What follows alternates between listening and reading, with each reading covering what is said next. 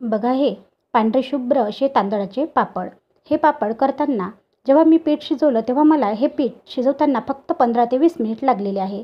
कागदाहुनी पातळ असे पांढरे शुभ्र तांदळाचे पापड आज आपण पाहणार आहोत. नमस्कार, मी प्रीती खंडार रेसिपीजमध्ये तुमचं अगदी मनापासून स्वागत करते. आज आपण तांदळाचे पातळ असे पापड पाहणार आहोत. तुम्ही बघू शकता व्हिडिओमध्ये मी ज्या प्रकारे दाखवत आहे ते पापड किती असे पातळ झालेले आहे. जिभेवर टाकताच विरघळणारे हे पापड फक्त 15 मिनिटं पीठ शिजून आपण केलेले आहे. हे पापड बनवण्यासाठी आपल्याला सगळ्यात पहिले लागणार आहे ते तांदळाचं पीठ. आता इकडे मी एक चाळण घेतलेली आहे आणि या चाळणीमध्ये 2 वाट्या तांदळाचं पीठ आपल्याला घालून घ्यायचं आहे. 2 वाट्या तांदळाचं पीठ घातल्यावर सगळ्यात पहिले हे तांदळाचं पीठ आपल्याला चाळून घ्यायचं आहे, जेणेकरून जेव्हा आपण चक्कीवरून दळून आणतो तेव्हा त्याच्यामध्ये काही कण राहतात, ते कण निघून जातील. आता बघा, हे 2 वाट्या तांदळाच्या पीठासाठी आपल्याला इथे 4 ते 5 वाट्या पाणी लागणार आहे. सगळ्यात पहिले आपल्याला हे पीठ पूर्णतः असं भिजवून घ्यायचं आहे. इकडे मी 5 वाट्या पाणी घालून घेणार आहे. सगळ्यात पहिले मी 2 वाट्या पाणी इथे घातलेलं आहे आणि त्या 2 वाट्या पाण्यानेच मी सगळ्यात पहिले याला भिजवून घेणार आहे. भिजवताना एक लक्षात घ्यायचं की याच्यामध्ये कोणत्याच प्रकारचे गोळे हे जमले नाही पाहिजे. आपल्याला हातानेच हे पीठ छान असं भिजवून घ्यायचं आहे. आपण चमच्यानं जर हे पीठ भिजवायला गेलं तर याच्यामध्ये गोळे बनण्याची शक्यता असते, म्हणून हाताने छान आपल्याला हे पीठ असं पातळसर भिजवून घ्यायचं आहे. तुम्ही ज्याप्रमाणे व्हिडिओमध्ये पाहत आहात त्याचप्रमाणे आपण हे पीठ भिजवायचं आहे. आता बघा, या चॅनलवरती मी बरेच असे तांदळाचे पापड याची रेसिपी टाकलेली आहे. आज आपण खिची न काढता अगदी पातळसर पीठ करून तांदळाचे पापड कसे बनवायचे ते पाहणार आहोत. त्याच्यासाठी इकडे आपण छान असं पीठ भिजवून घेतलेलं आहे. आता आपल्याला इथे 2 वाट्या पाणी लागणार आहे. तिकडे आपल्याला अंदाजे पूर्ण 5 वाट्या पाणी लागलेलं आहे आणि इथे आपण 2 वाट्याच पाणी टाकणार आहे. 2 वाट्या पाणी आपल्याला गरम करायला ठेवायचं आहे. त्याच्यामध्ये 2 चम्मच आपल्याला मीठ लागणार आहे. 2 चम्मच मीठ, पाऊण चम्मच याच्यामध्ये आपल्याला पापड खार लागणार आहे. तसंच आपल्याला इथे 1.5 चम्मच तीळ घ्यायचे आहे. आता याच्यामध्ये मी जिरे वापरत नाही, कारण की जिऱ्याने काय होतं की थोडा पापडाचा कलर हा चेंज होतो, म्हणून मी इथे फक्त तीळ, मीठ व पापड खारच वापरलेला आहे. आता बघू शकता इकडे छान असं आपलं पीठ हे तयार झालेलं आहे. आता पाण्याला उकळी आली की लगेच आपल्याला हे पीठ याच्यामध्ये घालायचं आहे. पाण्याला उकळी आलेली आहे आणि आपल्याला हे पीठ जे भिजवलेलं होतं ते याच्यामध्ये घालून घ्यायचं आहे. आता 1 चम्मच घ्यायचा आहे आणि या चमच्याने एका डायरेक्शनमध्ये आपल्याला 5 मिनटं हे पीठ असंच ढवळायचं आहे, जेणेकरून याच्यामध्ये कसल्याच प्रकारचे गोळे हे जमले नाही पाहिजे. आता तुम्ही व्हिडिओमध्ये ज्याप्रमाणे मी दाखवत आहे त्याच प्रकारे करायचं आहे.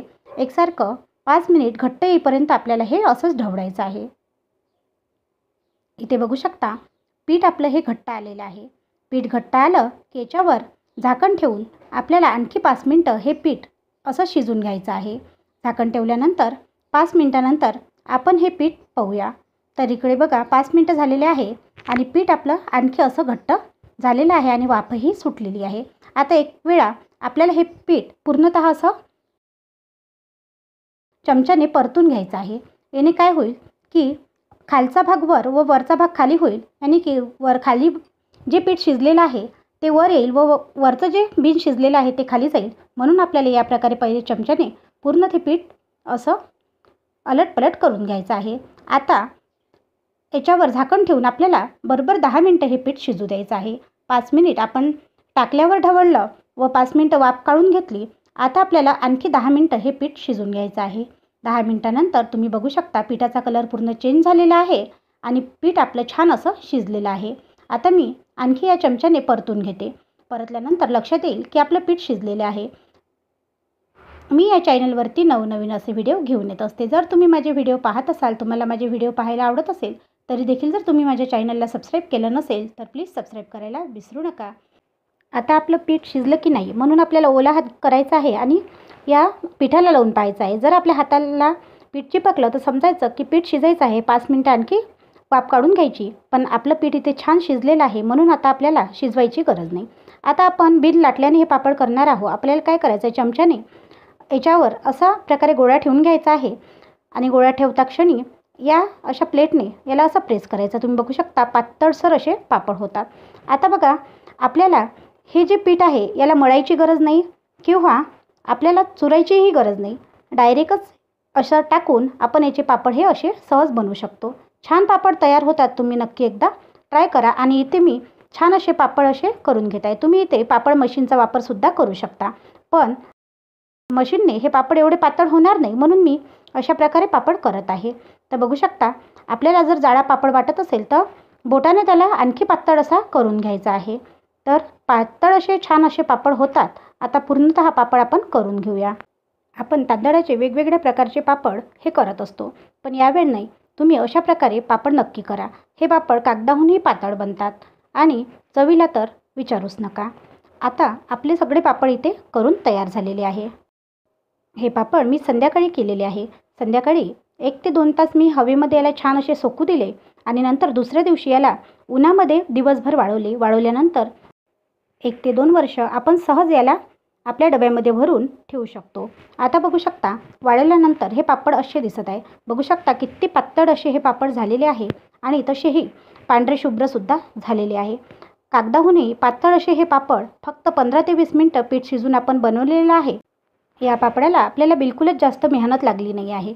15 ते 20 मिनटं शिजवायला लागले, तर तसेच 20 ते 15 मिनटं याला पापड लाटायला लागले आहे. पापड आपण हे मशीनने सुद्धा बनवून घेऊ शकतो, पण मी याला डायरेक्टमध्ये असे बनवलेले आहे. छान असे पातळ असे पापड इथे तयार आहे. आता आपण याला तळूनसुद्धा पाहूया. तळण्यासाठी इकडे मी तेल गरम करायला ठेवलं आहे. तेल छान असं गरम झालं आहे आणि आता आपण हा पापड टाकून पाहू की पापड कसा फुलते. तिकडे बघा, पापड टाकल्याबरोबर पापड छान असा फुलून वर आला. किती असा पातळ हा पापड झालेला आहे.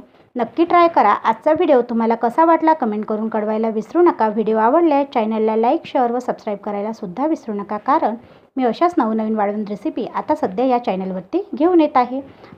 व्हिडिओ आवडल्यास जास्तीत जास्त शेअर करायला सुद्धा विसरू नका. धन्यवाद.